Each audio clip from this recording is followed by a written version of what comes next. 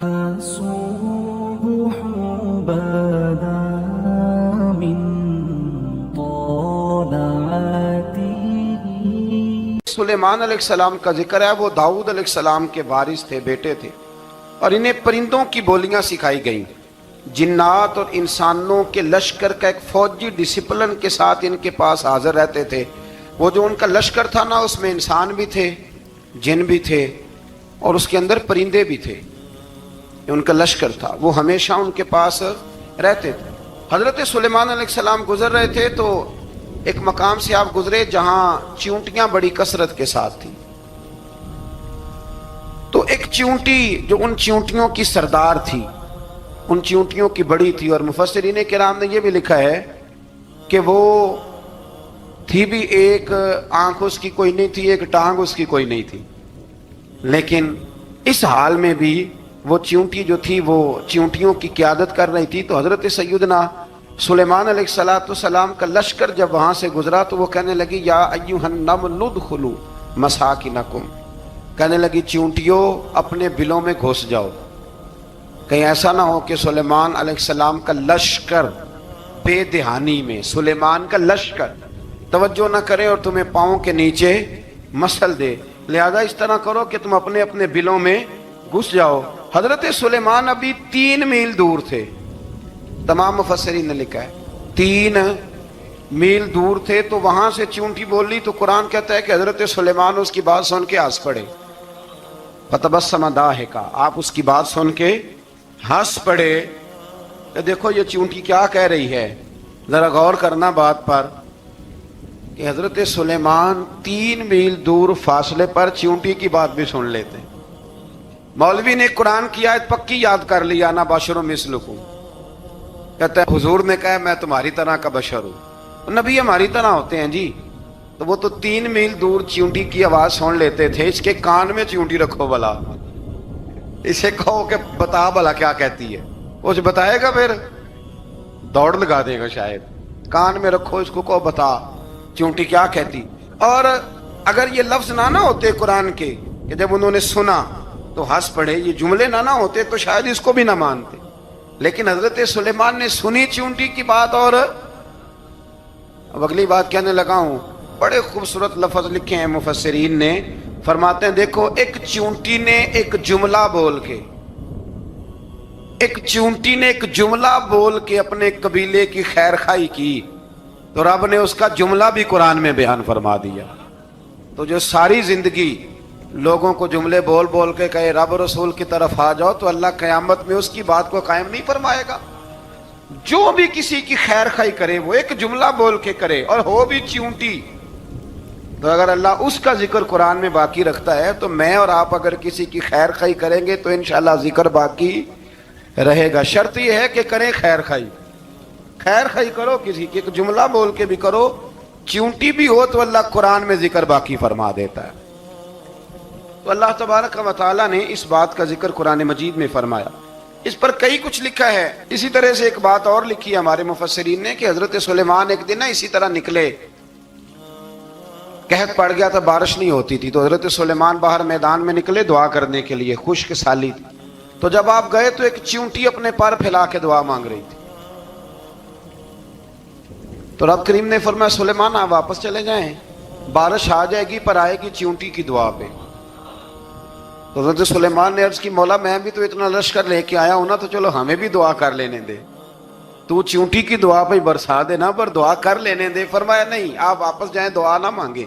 یا اللہ کیوں؟ فرمایا چیونٹی کا دل ٹوٹ جائے گا، وہ تو کہے گی کہ یہ سلیمان کے لشکر دعا پہ پھر بارش آئی ہے. تو آپ نہ کریں تاکہ اس کے دل میں یہ بات رہے کہ نہیں میرے رب نے میری دعا پہ بارش فرمائی ہے. آپ جائیں، آج بارش آئے گی پر آئے گی چیونٹی کی دعا پہ. تو جو چیونٹی بارش کی دعا کرے قوم کے لیے، اللہ اگر اس کا ذکر قائم رکھتا ہے تو جو اپنی قوم کے لیے ہدایت کی دعا کرے. اور کبھی کبھی گردن جھکا کے دیکھا کرو کہ دل میں رسول اللہ کی امت کا درد کتنا ہے.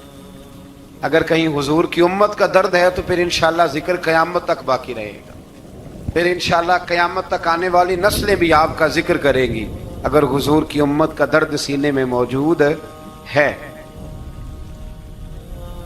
اسی طرح سے پھر حضرت سلیمان کے لشکر میں نا ایک ہدہد نامی پرندہ بھی تھا، لشکر کا کارکن تھا پرندہ. ہدہد غائب تھا تو حضرت سلیمان کہنے لگا کدھر گیا وہ ہدہد؟ نظر نہ آج آیا سخت سزا دوں گا. یہاں تو کوئی اچھی خبر لائے گا، چونکہ وہ ہدہد پرندہ جاتا تھا تو خبریں لا کے دیتا تھا، ورنہ سزا دوں گا. اتنی دیر میں ہدہد بھی آ گیا. تو یہ پرندے جو کارکن ہوتے ہیں بڑے سیانے ہوتے ہیں، کبھی بندہ ناراض ہو تو صحیح خبریں لے آتے ہیں. تو صحیح خبر لے کے آ گیا.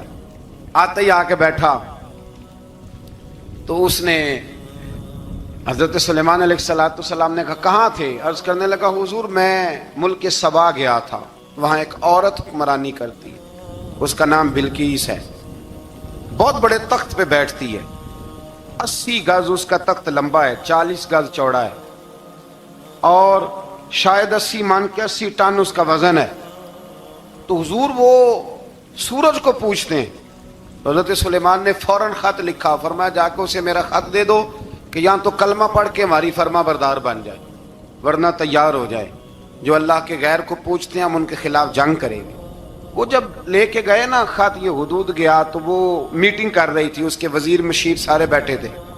اس نے جا کے خط پھینک دیا ملکہ بلقیس کی جھولی میں. اس نے خط پڑھا تو ڈر گئی، وزیروں کو بلایا. حضرت سلیمان، قرآن کہتا ہے حضرت سلیمان نے کہا تھا خط پھینک کے نا تو سائڈ پہ ہو کے سننا وہ کیا کہتا. بندوں کے لیے منع ہے، پرندوں کے لیے جائز ہے. بندوں کے لیے منع ہے سائڈ پہ ہو کے سننا. ہاں جس کی جاسوسی کی ڈیوٹی ہو، کفر کی جاسوسی کی، اس بندے کے لیے بھی جائز ہے. تو یہاں ایک تو وہ پرندے تھے، دوسرا کفر کی جاسوسی کر رہے تھے. سائڈ پہ ہو کے سننے لگے تو ملکہ بلقیس کہنے لگی اب کیا کرنا ہے، یہ خط آیا ہے. تو وہ کہنے لگے ہم تیار ہیں، آپ حکم کریں، ہم لڑنے کو تیار ہیں، لڑیں گے. وہ کہنے لگی نہیں تیزی نہ دکھاؤ. قرآن مجید کہتا ہے کہ وہ کہنے لگی جب لڑائیاں ہوتی ہیں تو شہر تباہ ہوتے ہیں، ملک کھنڈر بن جاتے ہیں، لڑائی مسئلے کا حل نہیں ہے. انہوں نے کہا کہ میں نبی ہوں. ایک دفعہ آزما لیتے ہیں کہ نبی ہیں کہ نہیں، معاذ اللہ آزما لیتے ہیں. کہا کیسے؟ کہنے لگی تحفے تحائف بھیجتے ہیں، اگر مال پر دل للچا گیا تو پھر نبی نہیں بادشاہ ہے، اور اگر مال پر دل للچایا نہ تو پھر اللہ کے کامل بندے. یہ فرق اس نے اس وقت بیان کیا. اس نے 500 کنیزیں، 500 غلام، بڑے شاندار لباس پہنا کے، 500 گھوڑا بڑا تگڑا، اس کے اوپر مال و اسباب رکھ کے تیاری کرا کے حضرت سلیمان کی طرف بھیجا. ہدہد پہلے سے خبر لے کے آ گیا. حضور اس نے یہ پروگرام بنایا ہے. وہ جب آیا سارا کچھ تو حضرت سلیمان دیکھ کے جلال میں آ گئے. فرمانے لگے اسے جا کے کہہ دو تو مجھے کیا تحفے بھیجے گی، میرے رب نے مجھے مالا مال فرمایا ہوا ہے، نے مالا مال کیا میرے مالک نے. جا اسے جا کے کہہ تو کیا تحفے دے گی. جب رب دیتا ہے تو پھر کوئی کمی نہ وہ نہیں چھوڑتا. بندے کیا دے سکتے ہیں؟ بندے تو بیچارے 10 دے کے تو 10 دن ان کی آنکھیں نہیں کھلتی. فرمایا جو اللہ نے جو دیا ہے کیا بات ہے اس کے دینے کی. تو فرمایا اسے کہو یا فرما بردار ہو کے آ جائے یا جنگ کے لیے تیار ہو جائے، ہم اسے اس کے شہر سے ذلیل کر کے نکال دیں گے. اس نے جا کے جب پیغام دیا تو اور ان لوگوں نے بھی آ کے بتایا کہ وہاں تو ہم عجیب منظر دیکھ کے آئے ہیں کہ جانور بھی ہاتھ باندھے کھڑے ہیں، وہاں تو جنات، سرکش جنات کھڑے ہیں. وہ بادشاہ نہیں، وہ نبی ہیں. وہ جو 500 غلام اور 500 کنیزیں گئی تھی حوال سنایا آ کے. تو ملکہ بلقیس نے پھر خط لکھا کہ میں فرما بردار ہو کے آ رہی ہوں. معنی کیا ہے؟ میں کلمہ پڑھنے کے لیے آ رہی ہوں. تو حضرت سلیمان نے کہا بھئی اب اس طرح کرو، ذرا فرش بچھاؤ. انہوں نے فرش بچھایا. اس طرح کا کہ اوپر فرش تھا، نیچے مچھلیاں تیر رہی، لگ رہا تھا دریا ہے. ڈیوٹی لگا دی، جنات نے بچھا دیا. ادھر حضرت سیدنا سلیمان فرمانے لگے اب چونکہ مان کے آ رہی ہے تو اسے اپنی نبوت کی علامتیں بھی دکھانی ہیں. اس نے تخت بڑا شاندار بنوایا تھا، اور خواتین میں جو عادتیں خواتین والی ہوتی ہیں وہ جاتی نہیں. وہ 7 کمروں میں نا پیچھے اپنا تخت رکھ کے تو 7 دروازے بند کر کے آئی. اس زمانے میں ایک رواج تھا، وہ زلیخا نے بھی 7 دروازے مکفل کے ایک رواج تھا. ایک کمرہ، پھر کمرے کے پیچھے کمرہ، پھر اس کے پیچھے کمرہ، پھر اس کے پیچھے کمرہ، اور اس کو بڑے موٹے تالے لگائے جاتے تھے. اور فلسفہ یہ تھا کہ ایک تالا توڑے گا کوئی تو جب تک سپاہی آ جائیں گے، اور اگر اس کے توڑنے تک نہ آئے تو دوسرے کے توڑنے تک آ جائیں گے، اور اس کے توڑنے تک نہ آئے تو 7ویں تک تو آ جائیں گے. یہ ان لوگوں کا نفسیاتی معاملہ تھا، سوچ تھی. 7 کمروں میں مکفل کر کے نا وہ نکلی تو حضرت سلیمان علیہ السلام کہنے لگے بھئی مجھے اس کا تخت چاہیے اس کے آنے سے پہلے. اس کے آنے سے اس واقعے کی کیا ضرورت تھی قرآن پاک میں؟ یہ کیا حاجت تھی یہ تخت والی ساری بات قرآن نے کیوں بیان کی؟ پوچھیں آپ اپنے دل سے بھی اور انکار کرنے والے منکرین سے بھی، اس کی کیا ضرورت تھی؟ وہ جو کہتے ہیں جی ولی کی کرامت کی کیا ضرورت ہے، سیدھی سیدھی نماز پڑھو، روزہ رکھو، حج کرو، زکوٰۃ دو، تو پوچھو ان سے ایک سورت نمل کے اندر اس ساری تفصیل کی کیا ضرورت تھی؟ ختم ہو گئی جب وہ کلمہ جو پڑھ رہی ہے تو پھر اس سارے واقعے کو رب کیوں بیان فرماتا ہے؟ حضرت سیدنا سلیمان فرمانے لگے تخت چاہیے اور چاہیے اس کے آنے سے پہلے. قال عفریت من الجن، جنوں میں سے ایک بہت بڑا جن بولا، کہنے لگا حضور آپ کا یہ تخت برخاست ہونے سے پہلے لے آؤں گا. یہ جو آپ میٹنگ کر رہے ہیں نا، یا فیصلے ختم، کچھ نے لکھا صبح سے شام تک میٹنگ ہوتی ہے اور اس کو آنے میں پتہ نہیں کتنے دن لگیں گے، تو میں یہ برخاست ہونے سے پہلے. اور کچھ نے کہا دی آپ شرط کیوں لگاتے ہیں کہ صبح سے شام تک ہوتی ہے؟ اس جن نے کہا دی آپ 10 منٹ میں فارغ ہو جائیں، آپ فارغ ہوں گے تو تخت آ جائے گا. مفسرین نے لکھا ہے کہ جب قرآن کہتا ہے کہ اس نے کہا کہ آپ کے فارغ ہونے سے پہلے، تو اس کا مطلب ہے کہ جب آپ اٹھیں گے یہ جگہ خالی کر دیں گے تو تخت یہاں کیویں ہزاروں میل کا فاصلہ ہے آ جائے گا، پر ہوائی جہاز پہ کارگو کرا کے جی DHL کے ذریعے کیسے آئے گا؟ وہ آئے گا تو بس آئے گا. تو حضرت سلیمان کی تو بادشاہت تھی نا زمانے پہ، فرمانے لگے نہیں نہیں تو لیٹ ہے، تو لیٹ ہے، تو ہمیں جانتا ہی نہیں، ایٹ سٹ تے پکھڑا کوار گندل، اسی اور بھی بوٹیاں جاننے ہاں، یہ تو لیٹ ہے، ابھی ہماری طاقت اس سے زیادہ ہے.